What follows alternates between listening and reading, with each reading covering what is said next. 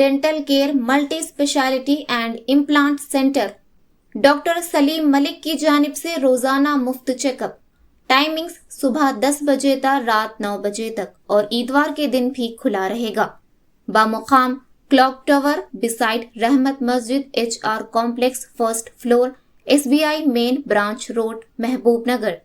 Phone number 8522943048। अस्सलाम वालेकुम नाज़रीन, NH TV में आप सभी का इस्तकबाल है। पर मुतल्लिका नुमाइंदा कौंसलर रियाजुद्दीन अमजद ने इनका शानदार इस्तकबाल किया। मुकामी रुकन असम्बली ने मुखातिब करते हुए कहा कि इस मदरसे के तलबा को काफी दुश्वारियों का सामना करना पड़ रहा था। इसको मद्देनजर रखते हुए इन कामों का संगे बुनियाद रखा गया और जल्द अज जल्द इन कामों को मुकम्मल करने की अहदेदारों को हिदायत दी और कहा कि कांग्रेस हुकूमत तमाम तबकात की फलाह बहबूदी के लिए इक़दामात कर रही है। पिछली हुकूमत में तालीम को नजरअंदाज कर दिया गया था, हमारी हुकूमत तालीम को तरजीह दे रही है। उन्होंने मदरसे की जिम्मेदारों को ये तयखुन दिया कि वो कंप्यूटर सेंटर भी यहाँ पर लाएंगे। इस मौके पर कौंसलर रियाजुद्दीन अमजद ने मुकामी रुकन असम्बली NM श्रीनिवास रेड्डी का शुक्रिया अदा किया।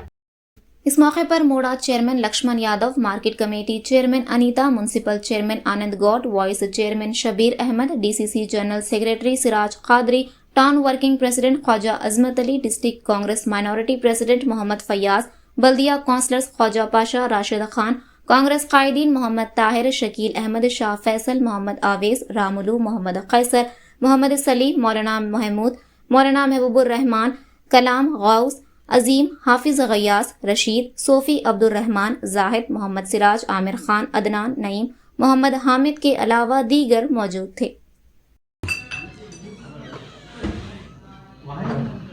కంప్యూటర్ ట్రైనింగ్ మిగతా స్కిల్స్ కూడా ఇవ్వాలని చెప్పి నిర్ణయం తీసుకున్నాం.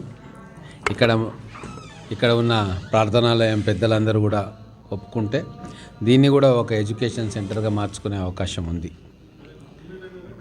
రాబోయే రోజుల్లో ఈ ప్రాంతంలో మహిళలకు కూడా కమ్యూనిటీ హాల్ కూడా కావాలి. దానికోసం కూడా స్థలం చూపిస్తే ఆ కమ్యూనిటీ హాల్ శాంక్షన్ చేసి తొందరలోనే కట్టుకుంటాం. ముఖ్యంగా మహబూబ్ నగర్లో నిజమైన అభివృద్ధి అనేది ఇప్పుడు మొదలవుతూ ఉంది. గతంలో అంతా కూడా ఓటు బ్యాంక్ రాజకీయాల కోసం చేసిన అభివృద్ధి ఇప్పుడు పిల్లల భవిష్యత్తు, మహబూబ్ నగర్ భవిష్యత్తు కోసం 50-60 సంవత్సరాల్లో మనకి ఏం కావాలనో ఆలోచించి రేపటి కోసం చేస్తున్న అభివృద్ధి ఇది నిజమైన అభివృద్ధిగా మేము భావిస్తూ ఉన్నాం.